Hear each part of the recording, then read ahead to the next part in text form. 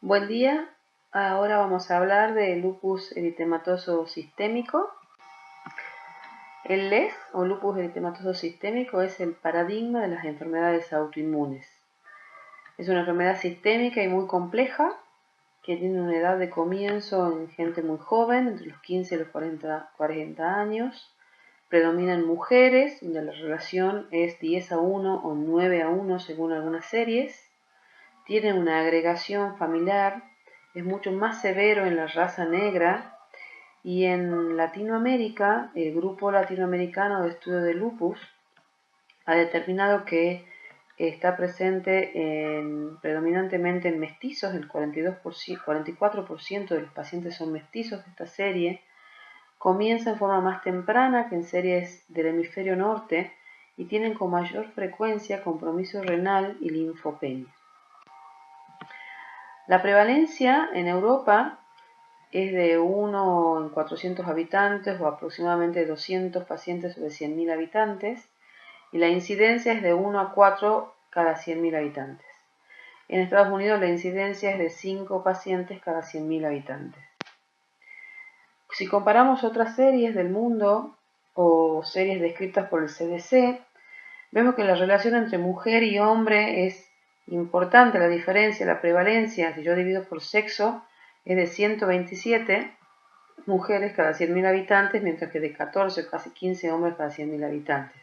Y si comparo raza blanca con raza negra, también la diferencia es significativa. La prevalencia en raza blanca es de casi 33 por 100.000 habitantes, mientras que en la raza negra es de 119 por 100.000 habitantes. En Argentina hay 2 estudios hasta el momento de lupus eritematoso de incidencia y prevalencia. Este estudio fue realizado en Buenos Aires en una clínica privada, en el Hospital Italiano puntualmente, y la prevalencia que encuentran entre el año 98 y el 2009 es de 58.6 pacientes por 100.000 habitantes. En este caso solo 2.3 de ellos eran mestizos. Y en Tucumán, en el año 2014, se realizó un estudio de prevalencia e incidencia de lupus, y como vemos en el cuadro de abajo, en la población mayor de 16 años, basado en el último censo, la población general, la prevalencia de lupus fue de 36.7 casos por 100.000 habitantes, y como vemos el pico de incidencia de diagnóstico es a los 20 años, coincidiendo con otras series. Dentro de las causas del desarrollo de la enfermedad, que gatillan la enfermedad, hablamos de causas genéticas y una participación del sistema inmune, tanto de la inmunidad innata como de la inmunidad adaptativa. O sea, toda la cascada inflamatoria participa en esta enfermedad, desde la apoptosis hasta la síntesis de autoanticuerpos. El principal problema, el foco, el gatillo de la enfermedad está en la pérdida de la tolerancia, en la pérdida del yo. Normalmente una célula en nuestro organismo tiene una muerte celular que es programada, que se llama apoptosis. Esta muerte celular está gatillada por diferentes mediadores, inmunoglobulinas, complemento. Esos productos de degradación celular son interceptados por el macrófago, que los fagocita y los elimina de la circulación. En el LES lo que ocurre es un incremento en esta muerte celular, hay mayor necrosis, hay mayor liberación de productos antigénicos de esa célula.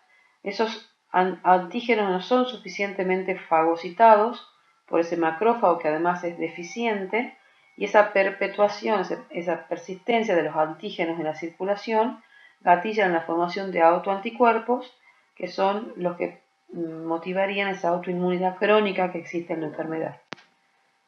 Una forma de describirlo de forma más compleja, vemos acá los factores que pueden ser factores hormonales, químicos, físicos, ciertos gérmenes o los factores genéticos que pueden ser inductores de la enfermedad. Dentro de factores físicos, por ejemplo, la radiación ultravioleta, que es conocido como gatillo del desarrollo de la enfermedad, y vemos toda la cascada inmune que se gatilla desde la muerte celular, las células apoptóticas, cómo se estimula el linfocito B autorreactivo, cómo participa la cascada del complemento, cómo participa la activación de la célula dendrítica, la coestimulación del linfocito T y respuestas intracelulares que son parte de la respuesta inmune. Este complejo mecanismo que todavía no se termina de dilucidar participa en la fisiopatología de la enfermedad.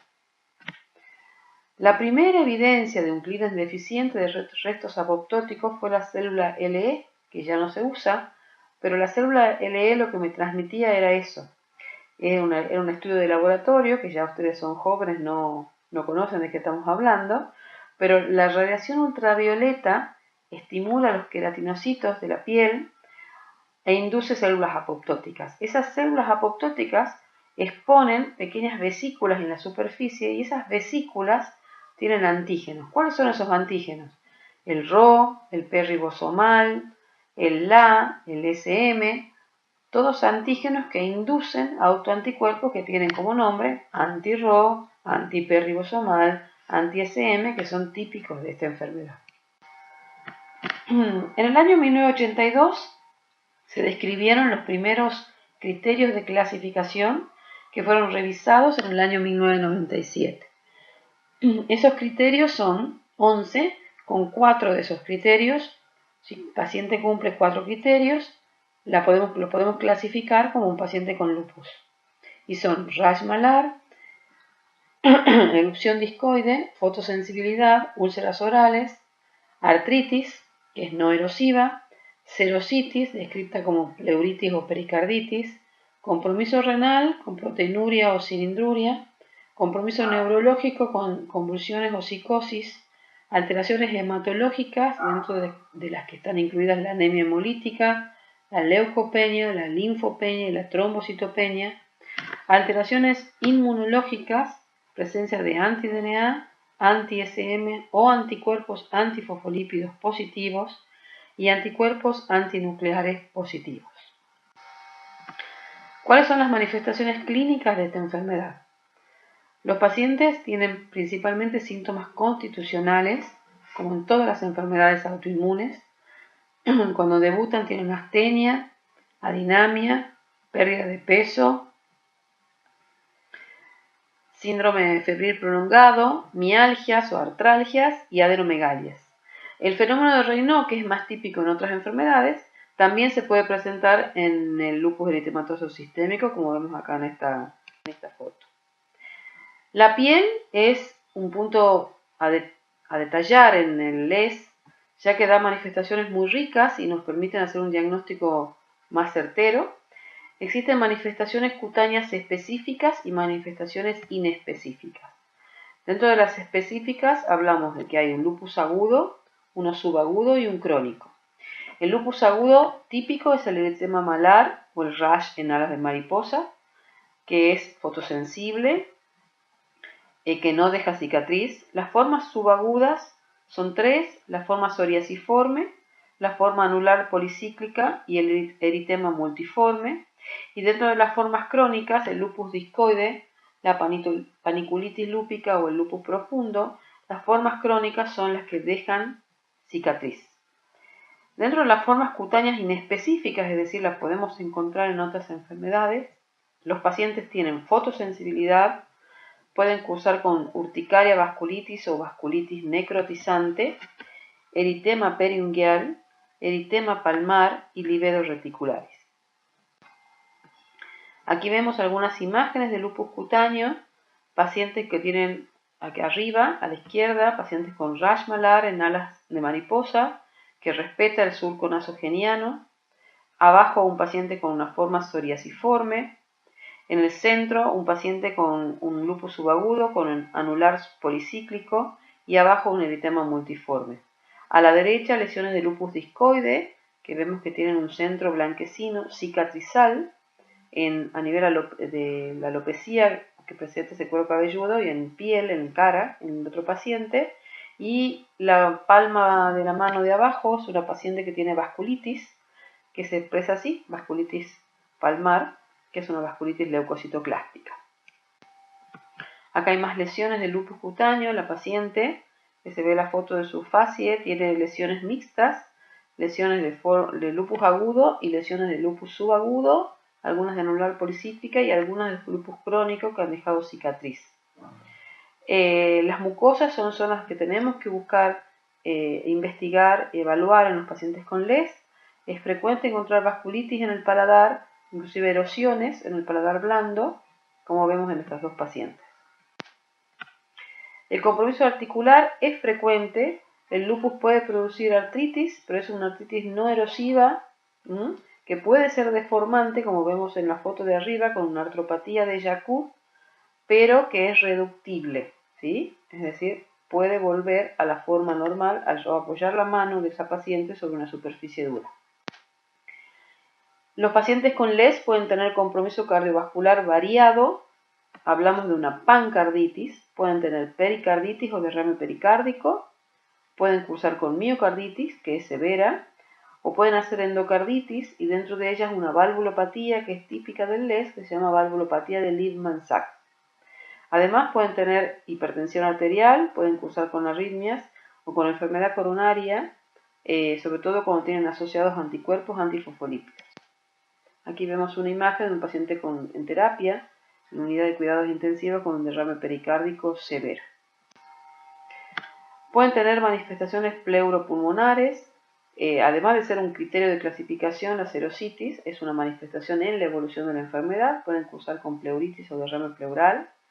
Pueden tener compromiso pulmonar parenquimatoso y pueden dar una neumonía intersticial que puede ser aguda o crónica, que no es frecuente, y pueden cursar con hemorragia alveolar, que es un cuadro grave, que tiene una altísima mortalidad y son pacientes que los conocemos generalmente en unidad de cuidados intensivos, como vemos en la foto de abajo, es una paciente con una hemorragia alveolar difusa. Otras manifestaciones pueden tener son tromboembolismo pulmonar, hipertensión arterial pulmonar, o el síndrome de pulmón encogido, que cursa con disnea y con una elevación de los diafragmas en los pacientes, donde el problema en esta patología es una miositis o una vasculitis, no se sabe todavía bien cuál es la causa, pero los pacientes cursan con disnea, sobre todo en el decúbito dorsal. Las manifestaciones hematológicas también son frecuentes. Los pacientes pueden cursar con anemia, que es anemia de enfermedad crónica, normocítica normocrómica, o anemia hemolítica autoinmune con anticuerpos con CUMS positiva. Pueden cursar con trombocitopenia y púrpura, con leucopenia y linfopenia, o con hipocomplementemia, que es por consumo. Las manifestaciones neuropsiquiátricas son de las más variadas. En el año 99, el Comité de Nomenclatura de Lupus Neuropsiquiátrico del Colegio Americano de Reumatología estableció esta clasificación y es la que se sigue usando y, como ven, es el compendio de neurología. Todas las manifestaciones neurológicas pueden estar presentes en un paciente con lupus. Las dos más frecuentes y quizás las más serias son la psicosis lúpica y las convulsiones. Son formas frecuentes de inicio de la enfermedad y formas frecuentes en lupus severos durante la evolución. Los mecanismos de producción de lupus neuropsiquiátrico son variados. Pueden ser por la presencia de autoanticuerpos, por liberación de citoquinas o por oclusión vascular y hemorragia, ¿sí? Como vemos acá en la foto de la izquierda, es una paciente que tenía una vasculitis del sistema nervioso con lesiones frontales, estaba frontalizada. El caso del medio es una paciente que tuvo una ACV de tronco asociada a anticuerpos antifosfolípidos. Y la foto de la derecha es una foto que nos obliga a hacer diagnósticos diferenciales en una paciente con un absceso, un proceso infeccioso, que es bastante frecuente también como complicación de las terapias utilizadas. El compromiso renal y el compromiso del sistema nervioso central son los dos grandes órganos que cambian un poco la perspectiva de esta enfermedad. El compromiso renal es frecuente, hasta un 25% de los pacientes pueden llegar a insuficiencia renal crónica y a hemodiálisis, y un paciente que tiene proteinuria por más de 0,5 gramos en 24 horas, sedimento patológico, sedimento urinario con hematuria, leucocituria o cilindruria, necesita una biopsia renal para establecer una clasificación anatomopatológica y de acuerdo a ella el tratamiento definido más acertado. Las clases histopatológicas pueden ser: clase 1 es la glomerulonefritis mesangial mínima, La clase 2 es la proliferativa mesangial. La clase 3 es la glomerulonefritis focal, porque compromete menos del 50% de los glomérulos. La clase 4, que es la más severa, es la proliferativa difusa, que compromete más del 50% de los glomérulos. La clase 5 es la membranosa y la clase 6 es la esclerosante, que es el paciente que termina generalmente en insuficiencia renal. ¿Qué otras manifestaciones puede tener un paciente con lupus? Numerosas. Pueden tener compromiso muscular con miositis y elevación de enzimas musculares. Pueden cursar con queratoconjuntivitis zika, ojo seco. Pueden tener vasculitis y vasculitis retiniana. Dentro de la serositis pueden tener ascitis. Pueden cursar por pancreatitis, que muchas veces es severa, que pueden tener diferentes mecanismos, por trombosis, por vasculitis, e inclusive está descrito una pancreatitis por esteroides. Pueden cursar con vasculitis intestinal o mesentérica o infarto mesentérico y con esplenomegalia. ¿Qué estudios le pedimos a un paciente que sospechamos que tiene lupus eritematoso sistémico? El hemograma es fundamental. Cursan, como dije, con anemia, generalmente normocítica, normocrómica, pero si tenemos una anemia severa hay que descartar anemia hemolítica, un recuento de plaquetas, reactantes de fase aguda y el complemento. El complemento es una proteína sintetizada por el hígado que se consume en la respuesta antígeno-anticuerpo y que está disminuido sus valores en lupus. La fracción 3 y la fracción 4 del complemento y el CH50, que es el complemento total, es lo que se solicita, y en un paciente que tiene una enfermedad activa tenemos hipocomplementemia. Además solicitamos función renal, sedimento urinario, proteinuria de 24 horas y clearance de creatinina y los autoanticuerpos. Los autoanticuerpos son un criterio de clasificación más, ¿sí? Nos ayudan sobre todo, obviamente, al diagnóstico, a la confirmación diagnóstica. Hay anticuerpos que son fijos, que están presentes siempre, y hay anticuerpos que se mueven con la actividad de la enfermedad. El factor antinuclear o anticuerpo antinuclear, el más frecuente en lupus es el patrón homogéneo, como vemos en esta foto, y generalmente tomamos como un valor de corte valores de 1 en 100, aunque más adelante voy a explicar cambios que hubo en los últimos años. El anti-DNA es un anticuerpo mucho más específico, o sea, el factor antinuclear es más sensible y el anti-DNA es más específico, y mucho más aún el anti-SM y el anti-RO, que se asocia a ciertas patologías como el lupus subagudo o al bloqueo cardíaco congénito, al lupus neonatal.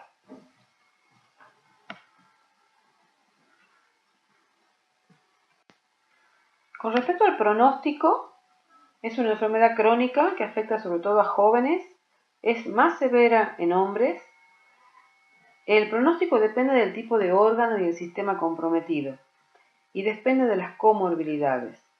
Un paciente joven que tiene solo compromiso cutáneo, compromiso articular, tiene muy buen pronóstico. En cambio, si un paciente joven que tiene compromiso renal de inicio, compromiso cardíaco con miocarditis, que necesita drogas más complejas, drogas inmunosupresoras, obviamente tiene un pronóstico diferente. El manejo de esta enfermedad es multidisciplinario y está descrito desde el año 70, desde la década del 70, un patrón bimodal de mortalidad. Y decimos que en los primeros años la mortalidad es fundamentalmente por actividad de la enfermedad o por infecciones asociadas a los tratamientos. Mientras que cuando tienen más de 10 años de evolución, la mortalidad está determinada por las comorbilidades o por enfermedad cardiovascular fundamentalmente. La sobrevida ha mejorado muchísimo en los últimos años y a 5 años es del 98%, o sea, casi el 100% de los pacientes. ¿Cómo medimos la actividad de la enfermedad del lupus? Hay diferentes scores. Este es uno a modo de ejemplo que se llama SLEDAI o SLEDAI, donde a cada manifestación clínica o de laboratorio se le da un puntaje y nos permite hacer un seguimiento de la actividad de la enfermedad. Por ejemplo, si el paciente tiene miositis, debilidad proximal, con elevación de enzimas musculares o electromiograma, tiene un puntaje de 4. Si el paciente está teniendo convulsiones, tiene un puntaje de 8. Si el paciente tiene leucopenia, tiene un puntaje de 1. Sin embargo, el SLEDAI por sí solo no traduce severidad de la enfermedad. Entonces se le hizo una modificación posteriormente con este score, que es el SEDENA-SLEDAI, donde entran a jugar otras variables como ser la evaluación en el Physician Global Assessment, o sea, la evaluación del médico de la enfermedad, de los cambios de tratamiento que requiere ese paciente y el cambio del puntaje de SLEDAI que hablé anteriormente. ¿Por qué? Porque solamente yo puedo tener un paciente que tenga un SLEDAI alto, pero con manifestaciones de baja severidad, mientras pacientes que tienen un SLEDAI bajo y sin embargo tienen menos de 1000 glóbulos blancos, que es una manifestación severa, y sin embargo van a tener un SLEDAI de 1 punto. Por lo tanto, con este score se pudo mejorar y uno puede decir si el paciente tiene una exacerbación o un flare o un brote, que son términos que van a escuchar, leve o moderado, o un brote o exacerbación intensa. ¿Cuáles son las complicaciones que tienen los pacientes con lupus? Las infecciones, aquí vemos una foto de un paciente con herpes zóster.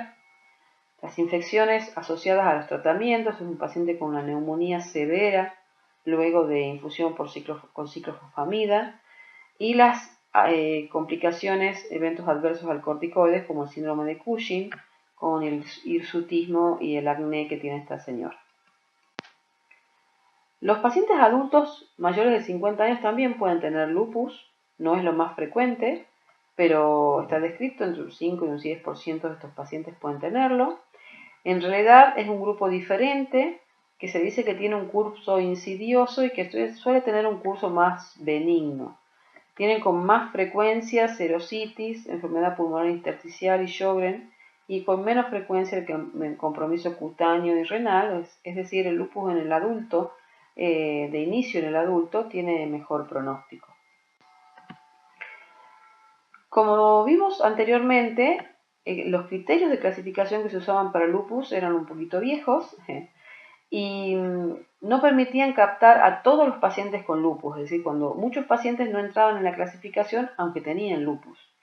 Entonces, en el año 2012, este grupo de estudio determinó nuevos criterios, donde, por ejemplo, si observamos los criterios clínicos, el compromiso cutáneo está más desglosado, lupus cutáneo subagudo, lupus cutáneo crónico, úlceras orales.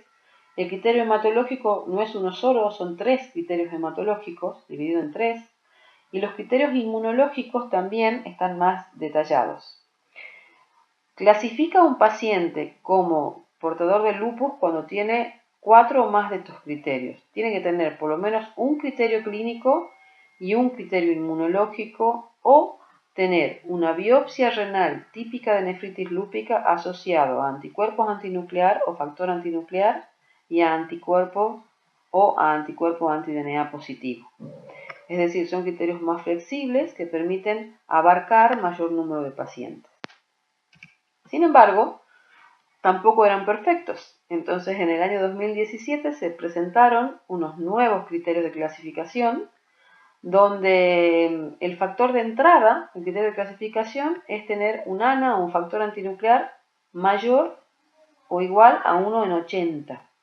Como ustedes escucharon anteriormente, nosotros hablábamos que el valor que nos importaba es que tengan más de 1 en 100. Bueno, este es un criterio mucho más amplio y a partir de como criterio de ingreso tiene que tener el paciente 1 en 80 y tener algunas de estas manifestaciones, y cada una tiene un puntaje, ¿sí? El punto de corte es 10 o más, ¿sí? Entonces, si tengo un paciente que tiene una nefritis lúpica clase 3 o 4, ya tengo 10, ya está. Tengo un paciente con un ANA positivo y una clase 4 en una nefritis lúpica, el paciente cumple el criterio de clasificación para lupus, y ahí están todas las otras manifestaciones que pueden clasificarse, que pueden ayudar a clasificar a la enfermedad. Estos son los criterios más nuevos que se están aplicando actualmente. Con respecto al tratamiento, los pacientes necesitan medidas generales, como todos nuestros pacientes. La primera medida en los pacientes con lupus es la protección solar. La radiación ultravioleta es un factor gatillo, un factor que induce apoptosis, como les mostré en los queratinocitos, y la protección solar tiene que ser permanente en todas las estaciones del año y tiene que renovarse esa protección solar por lo menos cada 3 horas. Y el factor de protección que usamos es 60 o más, como el que usamos en los niños, ¿sí? Hay que evitar las situaciones de estrés porque también se ha visto que es un gatillo. Pueden hacer actividad física, obviamente tener una dieta sana, Usamos vasodilatadores como en el fenómeno de Raynaud. Tenemos que evitar el tabaquismo. El tabaquismo es un factor de mal pronóstico en todas las enfermedades autoinmunes y controlar los factores de riesgo cardiovascular. El tratamiento está dirigido según la severidad y según el órgano comprometido. No existe un tratamiento único para eso. Son las drogas que han adquirido mayor importancia en los últimos años. Los antipalúdicos, dentro de lo que están la cloroquina y la hidroxicloroquina, la hidroxi es la que más usamos, se indican en pacientes con compromiso cutáneo, con compromiso articular y constitucionales. ¿Sí? Es una medicación que se usa vía oral y la dosis es de 5 a 6 miligramos kilo día. Pero se ha visto en el transcurso de los años que la mejoría de la sobrevida que han tenido los pacientes se atribuye mucho al uso de hidroxicloroquina. La hidroxicloroquina mejora la sobrevida, ayudan a disminuir los niveles de glucemia y colesterol, tiene un efecto protector cardiovascular, actúan mejorando ciertas infecciones, inclusive como las infecciones virales, como antivirales, y nosotros lo definimos como drogas inmunomoduladoras. Es más, actualmente todo paciente con lupus eritematoso sistémico, aunque no tenga compromiso cutáneo, articular o constitucional, debe estar con hidroxicloroquina por sus efectos benéficos. Los corticosteroides se siguen usando. Hablamos de dosis antiinflamatorias cuando están hasta 8 o 10 miligramos por día de prednisona. Nos ayudan estas dosis a manejar el compromiso articular, cutáneo, la serositis, el compromiso de mucosas y la fiebre. Y las dosis inmunosupresoras, que es las que ustedes van a leer en todos los libros, es la dosis de meprednisona de 1 miligramo kilo día. Se usan en pacientes con compromiso severo, como glomerulonefritis, miocarditis, neumonitis, vasculitis, anemia hemolítica o púrpura. La realidad es que en los últimos años el criterio es usar menos dosis de esteroides y por el menor tiempo posible. Obviamente que lo seguimos usando, pero tratamos de usar dosis que no superen los 40 miligramos día de meprednisona y usar rápidamente otras drogas que puedan reemplazar. Los pulsos de metilprednisolona que se usan en forma endovenosa y generalmente el esquema que usamos es de 1 gramo por 3 días, son necesarios para los brotes sistémicos de la enfermedad y enfermedad más severa. También se están aplicando pulsos cortos de metilprednisolona, pulsos de menor dosis. También se puede usar 500 miligramos y hasta 250 miligramos por pulso. Las drogas inmunosupresoras son numerosas las que se pueden usar en lupus y están destinadas a diferentes órganos y a diferentes tipos de compromiso. Usamos azatioprina, ciclofosfamida endovenosa fundamentalmente, metotrexato, micofenolato, inmunoglobulina, recambio plasmático, el rituximab, que es un anti-CD20 que inhibe al linfocito B y por lo tanto la producción de autoanticuerpos. Sin embargo, ninguna de estas drogas están aprobadas para el uso de lupus. ¿Sí? Las usamos, actúan muy bien, están avaladas por la práctica clínica, pero no están aprobadas. La única droga aprobada en los últimos 50 años es el belimumab, que es un anti-BLyS. El BLyS es un factor de maduración del linfocito B y está indicada para lupus no severos, ¿sí? Lupus con compromiso cutáneo, compromiso articular, anti-DNA positivo e hipocomplementaria. Muchas gracias.